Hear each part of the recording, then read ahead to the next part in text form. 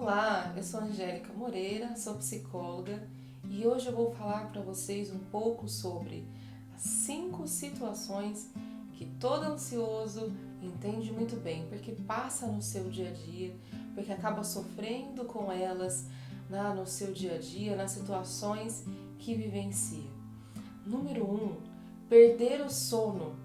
Então, todo ansioso diante de uma situação importante, ou um evento que vai acontecer, uma resposta, uma entrevista, falar em público, se colocar de uma forma que ele vai se expor, esse ansioso, uma pessoa que tem a tendência ansiosa, ela pode vir a perder o sono. Então, como que isso funciona? Então, ou a pessoa está tão agitada, com os pensamentos ali tomando a sua mente, as preocupações, o que vai fazer amanhã, como que vai pagar aquela conta, como que vai resolver aquela situação. Então, ou ela demora muito para dormir, porque está muito ligada, muito ativada. Então, ou ela demora bastante para dormir, ou é aquele sono de pouquinho em pouquinho, né? Aquele sono que a gente não descansa nada, que vai acordando, que acorda e fica pensando na vida, depois dorme. Acorda novamente, fica pensando na vida, depois dorme. Então são pessoas que acordam cansadas, né? São pessoas que acordam que não descansaram corretamente. Acabam tendo um dia com o corpo extremamente cansado, com a mente extremamente cansada. Por isso que é muito importante averiguar, entender esse sono e, se necessário, até entrar com uma medicação. Mas em primeiro lugar, pensar: quando eu tenho que resolver essa situação? E como eu vou resolver essa situação? Adianta pensar nessa situação agora? Adianta ficar processando e tentando resolver em minha mente essa situação agora, neste horário? Ou eu posso dormir e resolvê-la amanhã? Né? Essa situação depende de mim ou ela depende de outras pessoas? O que eu tenho que esperar? Enfim, tentar entender esse processamento, tentar entender essa preocupação, para assim trabalhar com ela. E, se for necessário, como eu disse anteriormente, entrar com uma medicação para auxiliar no controle do sono. Situação número 2. É provável que a pessoa ansiosa sofra de uma insegurança.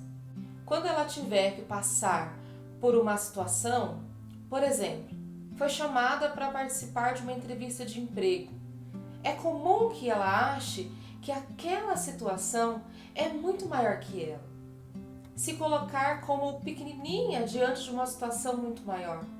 Se colocar como uma pessoa que não vai conseguir, eu não consigo resolver essa situação.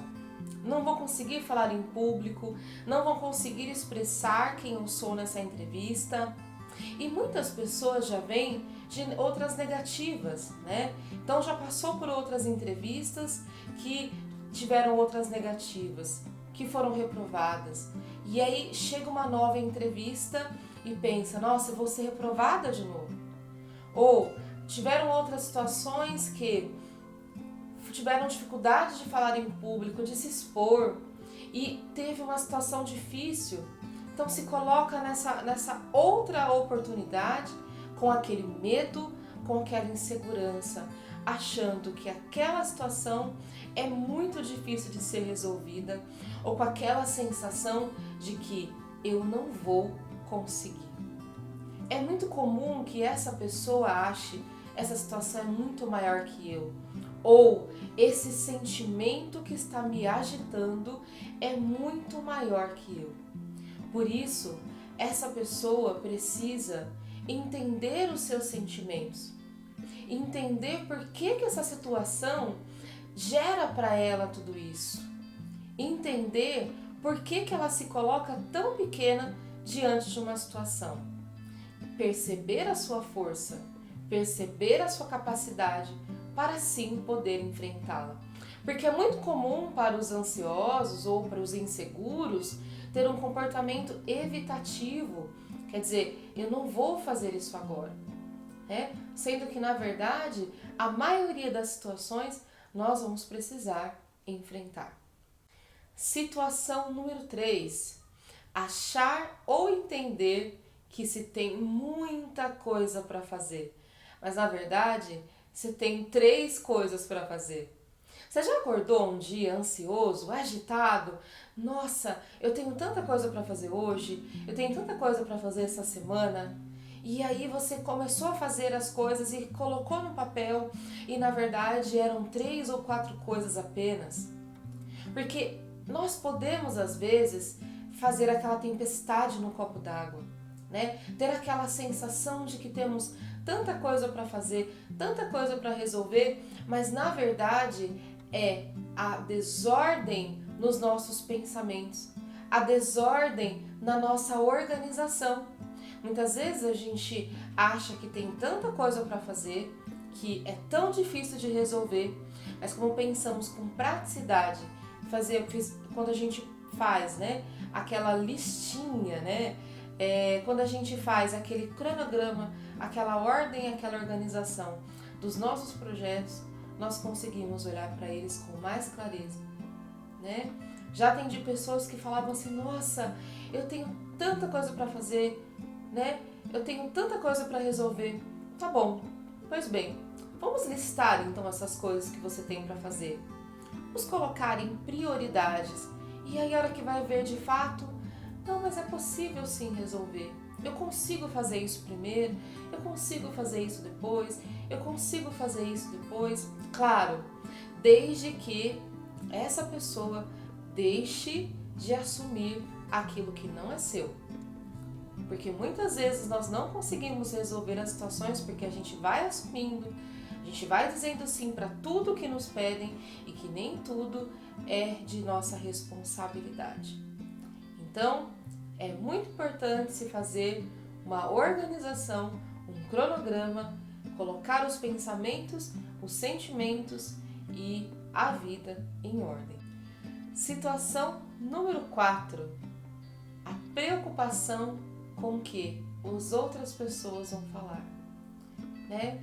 Isso é muito comum para pessoas perfeccionistas, para pessoas que se cobram muito, para pessoas que querem ajustar tudo, dar conta de tudo, que querem resolver tudo muito junto, né? Então, isso também revela uma dificuldade na autoimagem. Então, como que eu me vejo? Por que eu me preocupo tanto com o que os outros vão pensar de mim? Por que eu me preocupo tanto com o que aquela outra pessoa vai dizer de mim? Né? Às vezes a pessoa marca um encontro com alguém, né? A moça marca um encontro com o moço e já fica preocupada, né? Como que vai ser? O que eu vou falar? Né? O que ele vai achar de mim? E ali muitas pessoas vivem numa mentira, numa preocupação, numa ansiedade, numa agitação. Então, em primeiro lugar, nessa situação, trabalhar a autoimagem, né? Quem eu sou, o que eu gosto de fazer, né? Por que eu me preocupo tanto com o que aquela outra pessoa vai dizer de mim? Por que eu me preocupo tanto com essa ou aquela situação, né?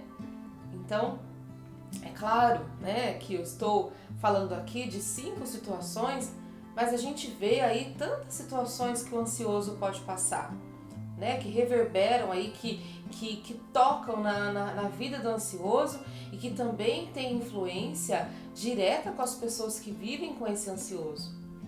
Né, que eu posso até, se vocês quiserem, trazer mais situações para expor para vocês e até ir trazendo possíveis formas de enfrentamento de cada uma dessas situações. E por fim, nós podemos pensar que também é muito claro na vida do ansioso o medo e até uma sensação de desespero. Um exemplo, né? Uma mãe que tem medo gigante do filho ou da filha sofrer um acidente de carro. Aquela pessoa sai de casa com o carro, a mãe já fica pensando, processando, pensando, vai acontecer alguma coisa? Vai acontecer alguma coisa, minha filha, e aquela preocupação, aquilo gera nela uma agitação, uma ansiedade. Então, o ansioso, geralmente, ele sofre desse medo, ele sofre dessa preocupação exagerada, que está presente nas outras situações que eu trouxe também. Então é muito importante controlar esses pensamentos que estão tumultuando a sua mente, entendê-los, trazê-los para a razão. Né? Só desse tópico eu posso gravar mais outros vídeos, né, explicando como controlar os pensamentos que te trazem agitação. Prometo gravar nos próximos vídeos e explicando como controlar esses pensamentos. Pois bem, falei um pouquinho, né, da vida do ansioso. Se você se identificou, provavelmente você sofre, né, de ansiedade. É claro que mesmo que você se entenda ali, se reconheça como ansioso, ansiosa, é muito importante ter a avaliação de um profissional da área da saúde, um psiquiatra, um psicólogo. E se você identificou isso como algo, né, muito forte dentro de você, busque ajuda.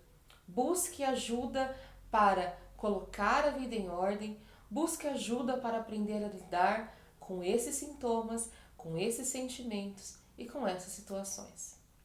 Bom, convido você, se você ainda não é seguidor do canal, a clicar e curtir esse vídeo e acompanhar e seguir este canal, se inscrever neste canal para acompanhar mais dicas, mais vídeos sobre a saúde da mente. Obrigada, te vejo no próximo vídeo.